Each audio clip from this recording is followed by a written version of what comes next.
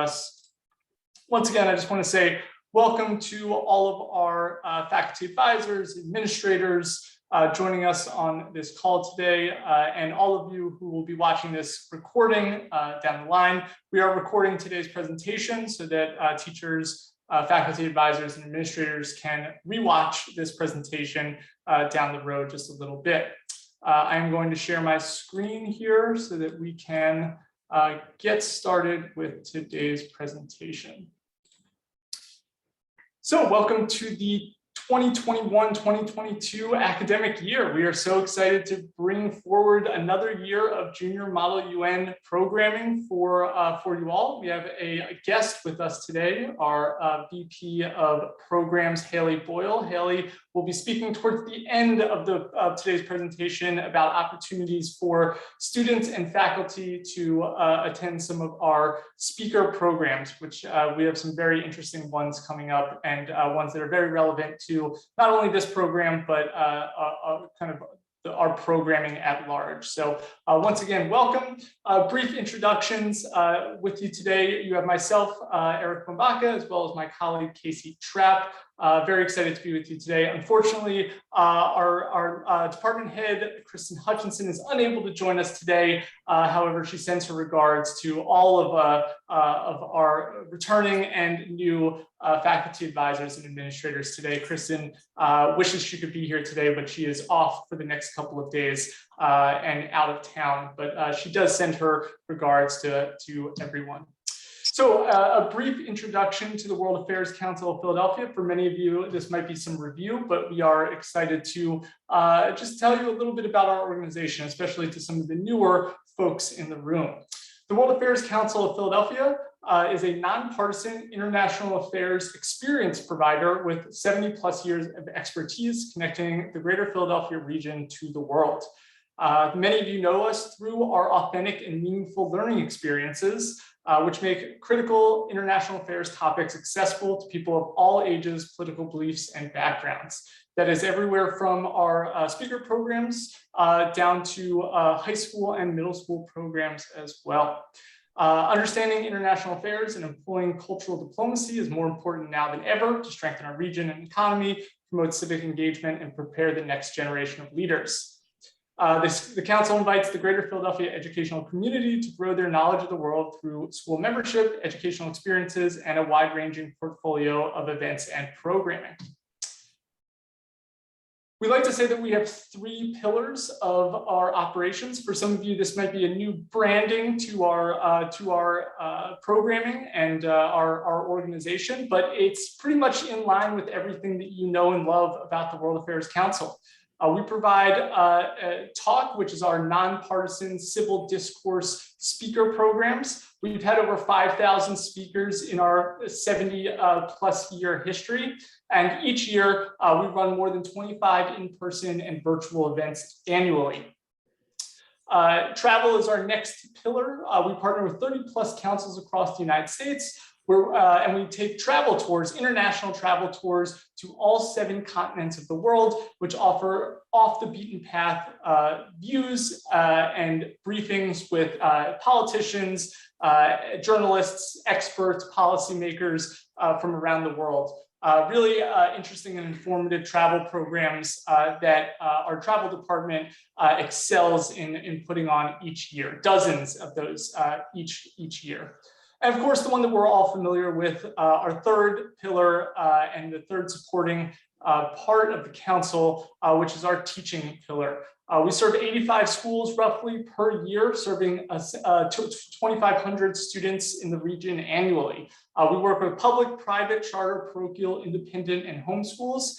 And of course, one of our signature relationships is with the Bodine High School for International Affairs, which the council co-founded with the school district of Philadelphia back in the late 80s, I believe. We're in our 40th year anniversary this year with Bodine. So it's 1981 was the founding of Bodine High School for International Affairs between the council and the Philadelphia School District. So a little bit of a look ahead, a look behind to this most recent academic year and a look ahead to this next academic year. We served over 50% of our students were Black, Indigenous, or people of color. We held our first ever week-long middle school United Nations summer camp. We're very excited to have run that program last year with a handful of students, and are very excited to run that program again next year as faculty who see these students every day. When we get towards the winter and spring months, we would love for your help facilitating some of those students coming into our program this year, because we ran kind of a trial version this summer and are really excited to expand upon that program next summer, welcoming not only new students to Model UN, but also these returning students who know and love our program as well. We facilitated 39 virtual global education program days, encompassing about 30,000 learning hours. That's preparation, program execution, and follow-up as well. So a huge thank you to our faculty advisors and administrators for implementing those surveys that helped us gather that data. We are so fortunate for you all and your work helping us calculate, the exact data and statistics associated with our programs. And of course, we covered 12 different global and national issues between middle school and high school. And our students represented 60 different countries to research and represent. And we also partner with over 30 external partners per year, which includes known friends like the Penn Museum and Temple University, as well as others, including the Middle East Center and the Center for South Asian Studies as well, amongst many, many, many other partners. Looking ahead to the 2021-2022 initiatives and milestones, we are going to continuation of scholarships and support for the United Nations Summer Camp. We're very excited again to blow up that program a little bit more and turn it from a handful of students to dozens of students for a week-long United Nations Summer Camp. We have a new work-study partnership with Cristo Rey High School as well. We have 4 Cristo Rey High School students, a freshman, sophomore, junior, and senior, who work 1 day per week with the council in a work-study role. We are very excited. They began late last week and beginning this week as well. And we're very thankful for that partnership and for bringing those students on board to help support our programming. We have a grant-funded initiative to increase participation among Title I high schools. And of course, this is our 10th year of the Global Smarts Mentoring Program. I'll speak a little bit more about the Global Smarts Mentoring Program at the end of this presentation, but a really important note there, the phasing back into in-person programming, another topic that I'm sure that we will cover during this presentation. And then finally, of course, this is our 40th anniversary of the World Affairs Council and Bodine partnership, a truly unique partnership between the school district and the World Affairs Council of Philadelphia as we set up and continue to support Bodine High School for International Affairs.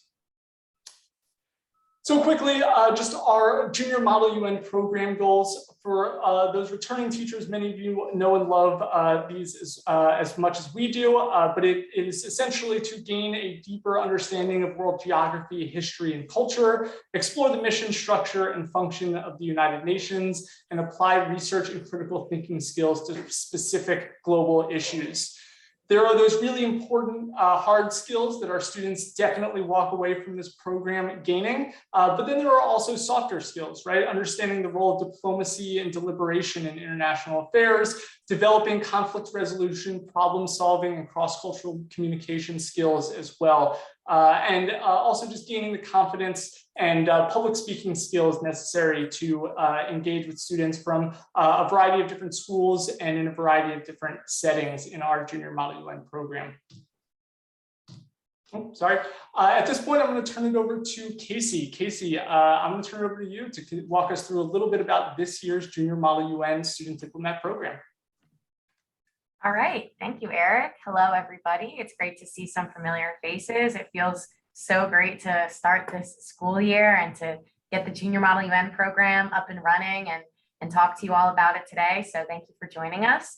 Our Junior Model UN program this year will again have our 3 main conferences, January through May. So It is a 5-month journey. We are going to be introducing your students, and even for those students that are returning again, it's great practice for them to develop their understanding of international affairs and cultural diplomacy through their role as global delegates participating in the United Nations. We are always emphasizing developing students' cultural competency, research and writing skills, public speaking, communication, and diplomacy skills. We're actually focusing even more this year on the public speaking, communication, and diplomacy skills. We'll talk a little bit more about that later as we go through the more detailed program calendar and some additional things that we're offering, and exciting new things that we're offering with the program this year. We are offering both in-person and virtual education programming through the Junior Model UN program this year. We have the ability to adapt through a lot of practice last year when we had our all virtual year. We have the ability to adapt all of our programming, so in-person programs, should they need to adapt to the virtual format. We have the ability to do so and the foresight to do so. The registration has been open for a little while now. It opened up on September 1st. So the floodgates are open. We have some schools that are already beginning to register, and we're really excited to see that. I think we're ready for the next slide, Eric. So something else that I'm really excited to present to you all today are our subcommittee topics. So we are back to having 2 subcommittee topics for the program, with the overall larger program topic of sustaining our global future. So we really wanted to drive home the concept of sustainability, especially how it ties in with the Sustainable Development Goals and the work that the students do with the UN Sustainable Development Goals throughout their experience as delegates. So our 2 subcommittee topics this year will be building the sustainable cities of the future and creating sustainable food systems. I personally think that these topics give students so much runway to come up with creative solutions. There's so much research out there, and there's so many different ways that the students can come up with original ideas for how to solve some of these global issues. So I personally am very excited about these topics, and I know that everybody at the council is as well. And I hope your students are as well. So to go over for the faculty advisor role, for those of you who are returning with us and those of you who are new and prospective faculty advisors, the faculty advisor is the staff person from our member schools that is primarily in charge of recruiting and preparing students for participating in the Junior Model UN program. We communicate directly with the faculty advisors, who then pass along the information to the students. So you can see in this fun little graphic we have here on the slide that the council staff, we send the information to the faculty advisors about upcoming programs. We are working on creating more student-facing flyers this year, so keep an eye out for that, something that would be really easy for you to print or post on your Google Classroom page for your students. So that's like helping make your job a little bit easier as the faculty advisor and helping to advertise for these programs. And we, of course, will pass along information about program resources, briefing papers, and other materials. And faculty advisors then distribute that information to the student groups. And while we provide the structure for these programs and the resources, we definitely understand that each school has unique needs and schedules and ways that they promote this program and run this program with their students. So we work with the faculty advisors to make this program, the best it can be for you and your students and your school's needs, and your time constraints, and again, how you decide to run this program. So for example, we encourage, not require, that you establish an extracurricular World Affairs Club or Model UN Club with weekly to bi-weekly meetings. This is a way that a lot of our schools find is easy and efficient and fun for the students to participate in this Junior Model UN program. Some of our schools are able to incorporate the Junior Model UN program into their curriculum. So we are adaptable, and the program is adaptable to fit your needs. Some of the benefits of the faculty advisor role and being this primary point of contact for council staff is special access to our award-winning speaker events that Haley will tell you about later. For the middle school teachers, sometimes we have special receptions or pre or post program events. So that is a unique benefit to being a faculty advisor and part of one of our member schools. We also, say that you're included in this growing network of a diverse group of Philadelphia area educators, especially with the return to in-person programming. It's a great opportunity to meet faculty advisors from other schools, trade notes, get to know one another and what you're doing at your schools. There's also, like I said, the potential to enhance your classroom curriculum with the materials and the experiential learning opportunities that we provide through the World Affairs Council and the Junior Model UN program. So some schools are able to adapt the materials that we create, such as the briefing papers, to their classroom experiences with students. We also send out weekly education newsletters for our member middle schools. And so these newsletters don't only include information about upcoming programs and important reminders about upcoming programs or the conferences for the Junior Model UN program, but we also try to include other opportunities from some of our partner organizations that Eric mentioned earlier, and other professional development opportunities for teachers. And just resources that we enjoy and that we think are great global education resources and that we encourage you share with your students. I should also mention we do require one primary faculty advisor per school, but many schools also choose to elect a second faculty advisor to help out in that role. So please feel free to do so. I think it definitely helps make the job a little bit easier. It's great for us to be able to communicate with as many teachers as possible. So that is an option as well. So we are bringing back the 2-program model again this year. So for those of you who are new and aren't familiar, before COVID, we offered one type of Junior Model UN program. There was one program model. And when we had to move to the virtual format last year, we tested out this basic program model and premium program model, and it went really, really well. So the main difference between these 2 program models is held in the final conference for the Model UN program. So for the basic program model, it would be a self-facilitated final conference. We would still provide a suggested script for whoever is co-chairing the final conference at your school. We would provide other resources that help the faculty advisor and other teachers who are helping out run the final conference at your school. But for the premium program model, if you elect to have this program model, the council would run the final conference. So this would, whether it's a virtual or in-person program, the council staff, Eric, myself, and Kristen would be running the program, some of our interns, some of our college co-chairs that we get from Temple and other local universities, Rutgers, to help us run the final conference. So there, of course, is a program or a cost difference between these 2 program models because of that additional support for the council run final conference that comes with the premium program model. Whenever there's like the cost listed on here for the program, we really want to drive home the fact that if you think that your school does not have the capability to pay this per student cost, we have scholarships available for any schools in need of financial assistance. So if you are interested in registering for the program this year, but you're worried about cost, please reach out to me and I'll walk you through the scholarship process. Eric, would you like to talk about the COVID health and safety policies? Yes, absolutely. Thanks. Thank you, Casey. So as we mentioned, we are hoping to return to in-person programming this year. And of course, the health and safety of students, of yourselves, the faculty, and our staff is of the utmost importance.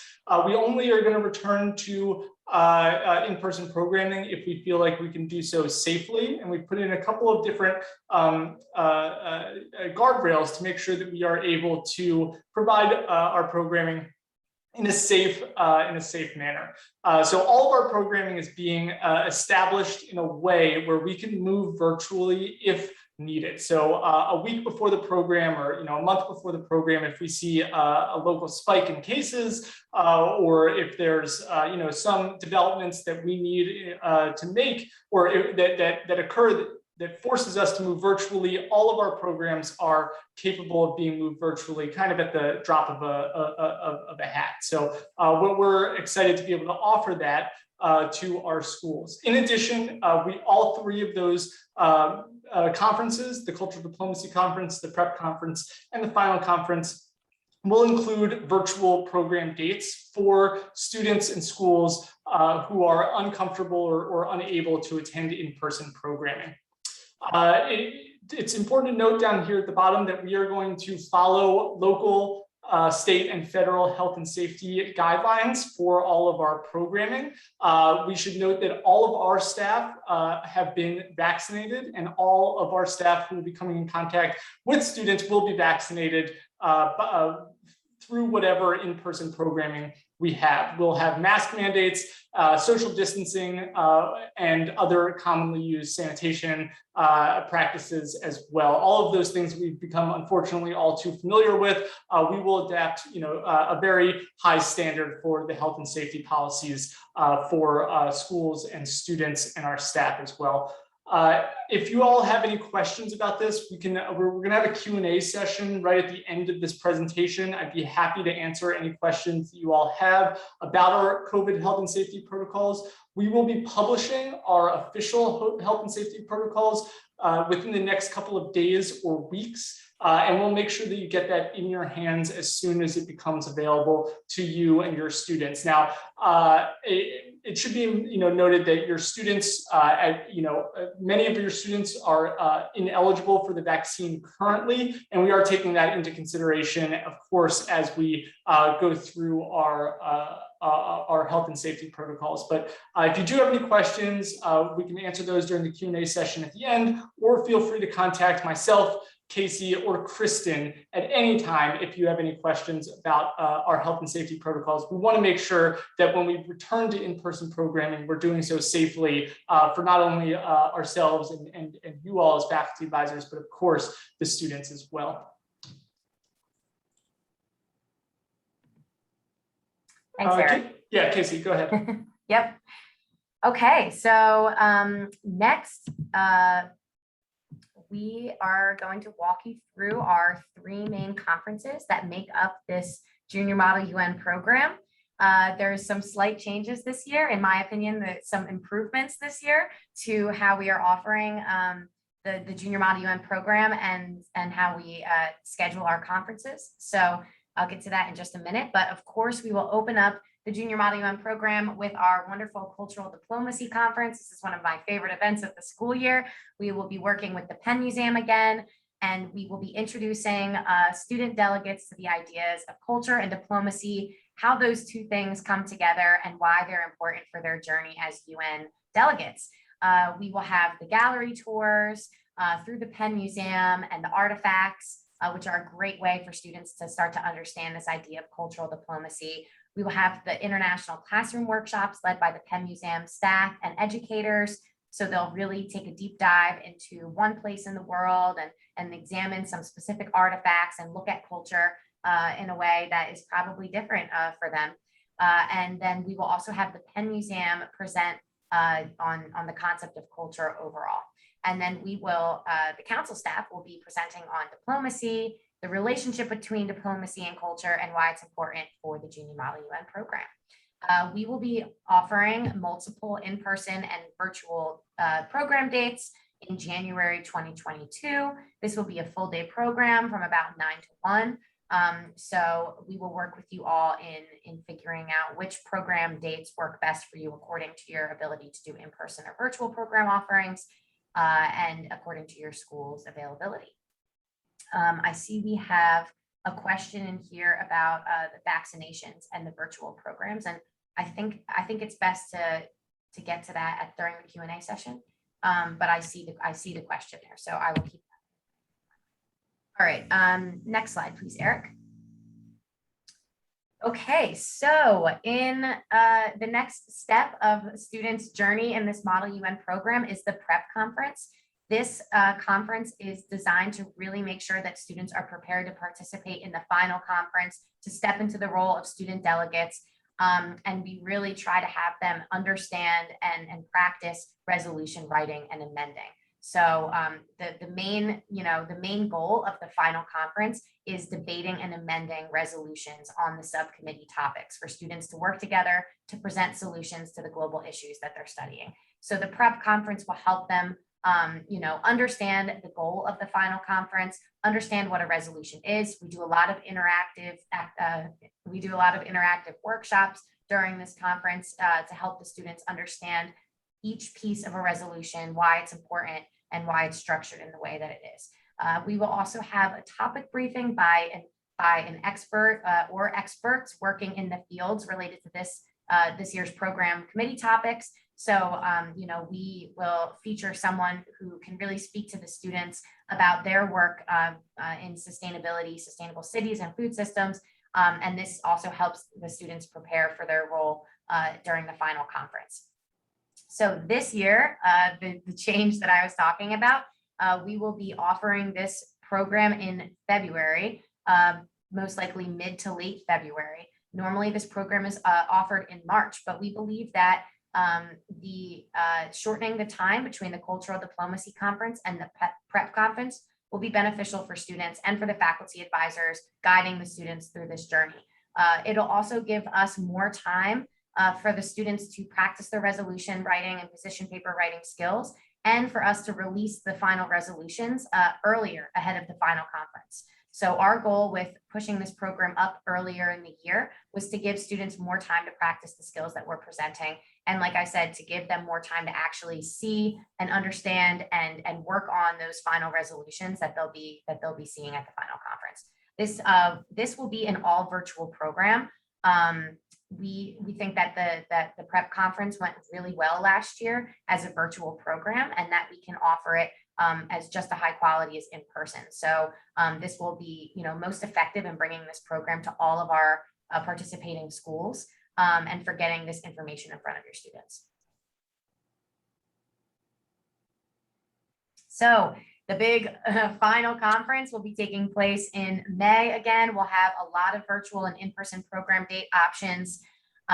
Again, one of the differences for our offerings this year is this basic program model versus the premium program model. So the basic program model would be self-facilitated by the faculty advisors and any other staff members, helping them facilitate this conference. And the premium program model is facilitated by council staff, whether it's virtual or in person. And we would have the college students from local universities serving as the committee co-chairs. Again, for the basic program model, we provide a lot of resources to help you self-facilitate the final conference. You're not just kind of left to your own devices to figure out how to self-facilitate a final conference. So we provide enough to guide you through there. And you can always reach out to Eric or myself or Kristen to ask any questions you might have about self-facilitating. This might work out best for your school, especially if you're unsure as to whether you could participate in person. If you don't want to have to worry about travel with your school. So this definitely is beneficial to some schools and their needs and abilities this year. So this is the conference where, the students are stepping into the role of a diplomat or a delegate from their assigned UN country. As I said earlier, the main goal of this final conference is for them to debate and amend the resolutions that they've been given. So we will, after resolutions are submitted to us prior to the final conference, we will choose clauses from different student resolutions, put them together into one resolution, and that's the resolution that the whole committee will be working on. So there's clauses from different schools. The students get to present the clauses if their clause was chosen. And then they get to all work together to solve the world's issues in one day. All right, Eric, I'll hand it over to you. Yes, thank you, Casey. So here are important dates kind of laid out in one slide for you all. Early January is our Cultural Diplomacy Conference. Again, that will be stretched out over 3 or 4 program days, some in person, some virtual. Again, we're moving up that preparatory conference to late February. So as Casey mentioned, we can start the resolution, position paper, and videotape speech process a little bit earlier. And that also allows us to close that window in about mid-April or so. Mid to early April is when we're going to close that resolution submission window, so that we can turn those around to you, and your students will be able to have them for 2, 3, maybe even 4 weeks in advance of their final conference. That way they could practice clarifying questions, public speaking skills. We're going to publish some public speaking and debate activities as well, optional, of course. But it'll allow your students to really, kind of start chewing over those resolutions and that material, so that they are really well prepared for the final conference. In previous years, you've received those resolutions like 48 hours before the program, before the final conference. We wanted to try and extend that period for you all so that you're able to work with your students a little bit on those final resolutions, and your students will have an opportunity to really think about them before the final conference, which of course is a couple dates in mid and late May, actually going into June as well. June 1st and 2nd, I believe, are 2 more program dates as well. When you all register, there will be plenty of opportunities for you to select the dates that you feel are best for you. And you'll also notice that with those dates, there is a virtual or in-person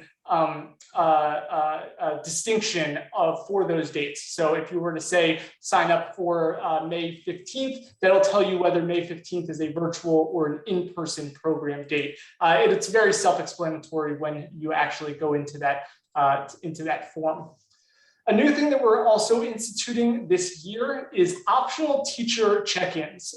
We've wanted to institute something like this. Last year, of course, was a difficult year to institute a new opportunity here, but we wanted to institute these monthly check-ins beginning in December of 2021, which is basically just open hours on Zoom for you all, the faculty advisors, to join with us, Casey and myself, and we'll be able to kind of talk through some of the program goals, activities, and timelines. We just want to make sure that you all feel comfortable with the program goals and the kind of arc of the program, and we'd be happy to walk through everything from the student assignment documents to potential activities that you could do with your students, or however you feel you would like to spend some time getting to know the program with us.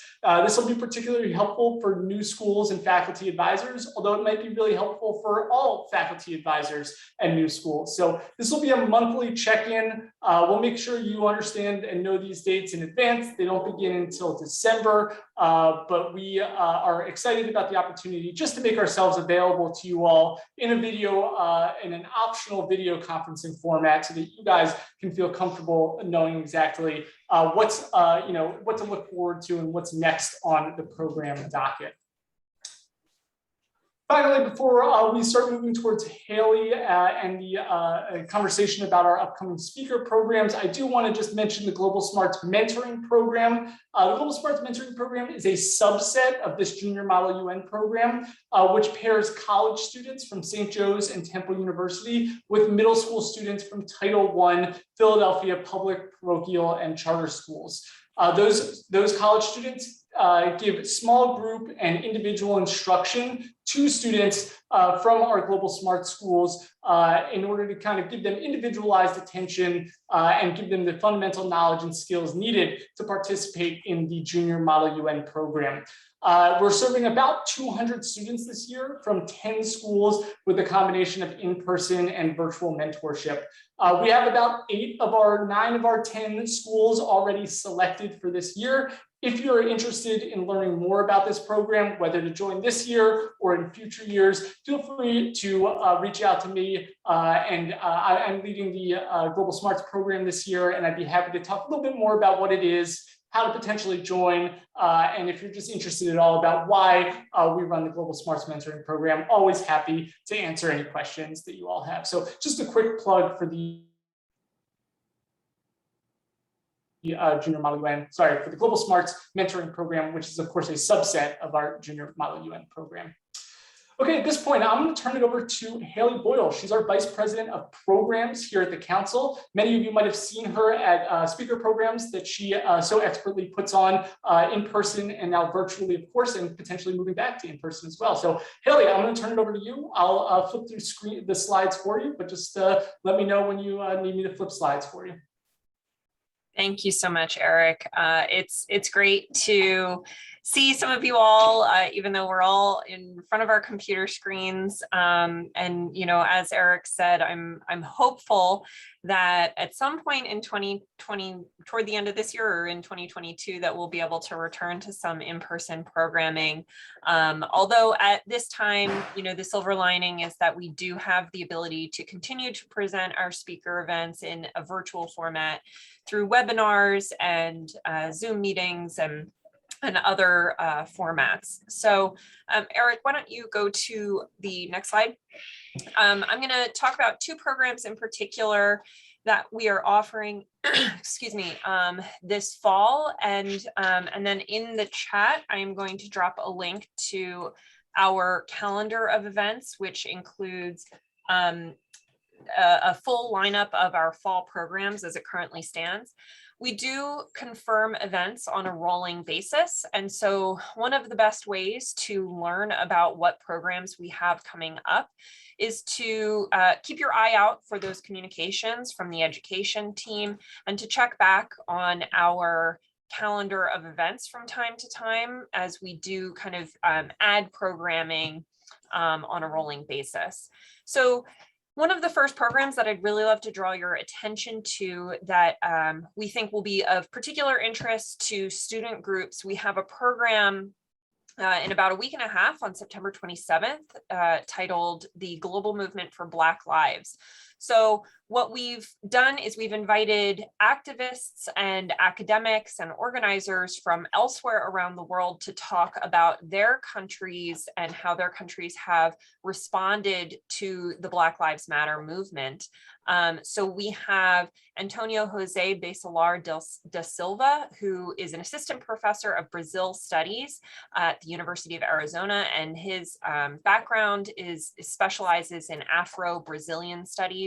We have Angelo Camofingo, who is a German-Angolan anti-racism and education speaker and a diversity and inclusion consultant, currently residing in Germany.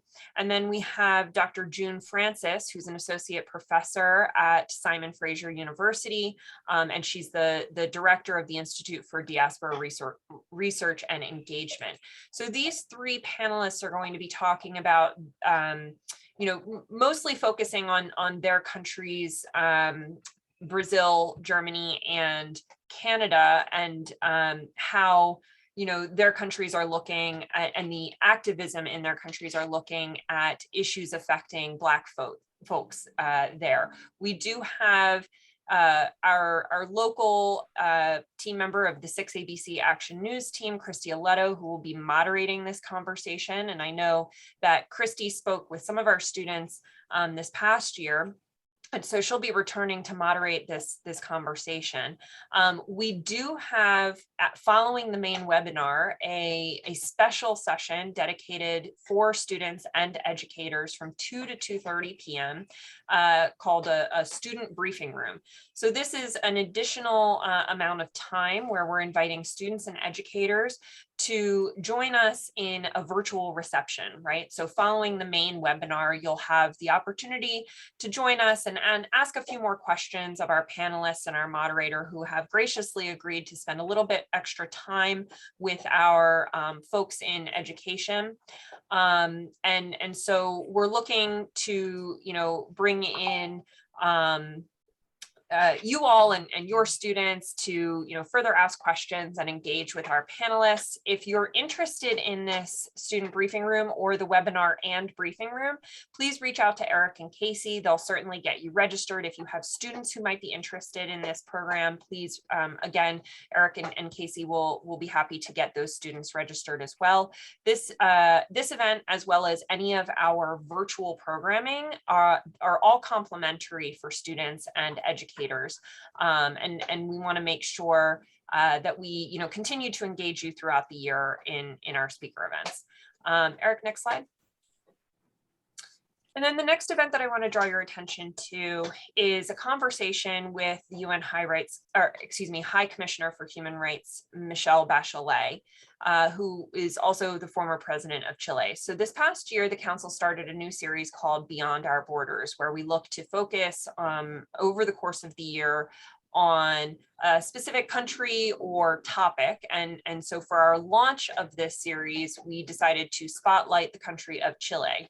So we've taken over a variety of different programs. We've kind of taken a look at their constitutional reform, at innovation in food and agriculture. We had a discussion on travel, and for adult participants, we had a virtual wine tasting. So a lot of different aspects of Chilean culture and history and politics. And our keynote for this speaker series will be this discussion with High Commissioner Bachelet. The reason why we're looking to highlight this program for students is because of their engagement in the Junior Model UN. Being able to make sure that they have the opportunity, if they want to learn and hear directly from somebody who leads one of the departments of the United Nations, we feel is a great opportunity, right, for our students. And so again, if you're interested in registering for this program or registering a group of your students for this program, please reach out to Eric and Casey, and they'll make sure that you get all set with your Zoom login links. So those are the two main programs that I'd love to draw your attention to today and wanted to spend a little time talking about. But again, we do have other programs available on a variety of topics, and we are confirming more, by the week. So if there are other topics that you think might be of interest, either to you, your colleagues, students, please reach out to us. We do also have opportunities for what we call a student questionnaire during our webinars. Generally, we look to work with high school and university students for this role, but occasionally there's a middle schooler who might be interested in asking a question during one of these webinars of our speakers and panelists. And so if you have a student who you think might be a good fit for that role, might be interested in speaking kind of live to our audience members and asking a question to one of our panelists, what I'll do is work with that student and you to send them some reading materials ahead of time, help them develop a question, and then walk them through the process for asking that question during the webinar. And I know, just in the interest of time, we do have an example video that we're happy to share with you via email. So if you're interested, if you think that this might be of interest to one of your students, let us know. We can send you that package of information along with the example of some other students who have asked questions in the past year. We hope you take advantage of that opportunity. During our Q&A session of this welcome back, I'm happy to answer any further questions you might have, but I'll turn it back now to Eric at this time. Great, thank you so much, Haley. We'll be getting to our Q&A section in just a second. Just want to highlight some upcoming dates and deadlines that might be of interest to you. Applications for the Junior Model UN program closes on Friday, October 22nd. We are starting to fill up. We already have, I believe, like over 200 students registered for our program. So we're about a quarter full right now, I would say, maybe a third full. So there is still time to register, but if I would encourage you to register soon for that program. Tuesday, November 2nd is this conversation with Michelle Bachelet, the UN High Commissioner for Human Rights, an amazing program for our students to be a part of and join if you are able to. Really excited about that. Thank you, Haley, for confirming that. That's a fantastic program, not only for our students, but for us as the staff to be able to join as well. And then finally, student country and committee assignments will be sent out to faculty advisors by Wednesday, November 24th. So that's right before Thanksgiving. After you all register, you will receive your country and committee assignments right before the Thanksgiving break, so that you all have that in your hands prior to the winter holidays and winter break. So just a few kind of timing notes for you there. I just want to say thank you to all of you for joining us today, whether in person, live, not in person, whether live or recorded. We are so thankful for you all joining us today. We'll get to our Q&A section now. If anybody has any questions, feel free to email Kristen, myself, or Casey. You see our email addresses down there. We're happy to answer any questions that you have at any time. So I'm going to stop my